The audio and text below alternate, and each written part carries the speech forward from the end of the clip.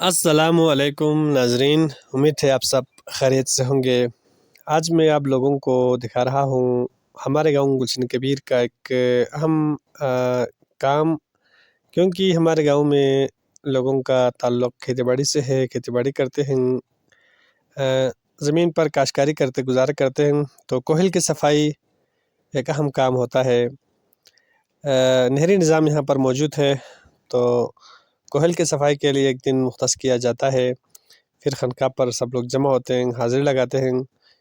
फिर जो नहीं आते उन पर छतपा लिया जाता है, और जो जवान और आदमी आता है वो सब मिलकर कोहल की सफाई करते हैं। अभी आपको नज़र आ रहे हैं, ये सब जवान मिलकर कोहल की सफाई किया जा रहा है। यहाँ से फिर पानी ले जाया जाता है, और साल भर ऐसे कोहल से पानी ले जाकर खेतों को सैराब करता रहता है। ये एक अहम काम होता है, जिसमें गाँव के सारे नौजवान आकर दिल लगाकर काम करते हैं।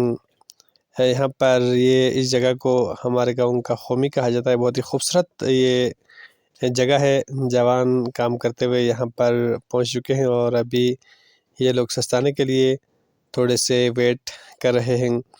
हमारे यहाँ पर याक केगमो वगैरह भी ज़्यादा तादाद में पाला जाता है। तो आपको नज़र आ रहे हैं कि यहाँ पर याक वगैरह दरिया को क्रॉस करके जा रहे हैं।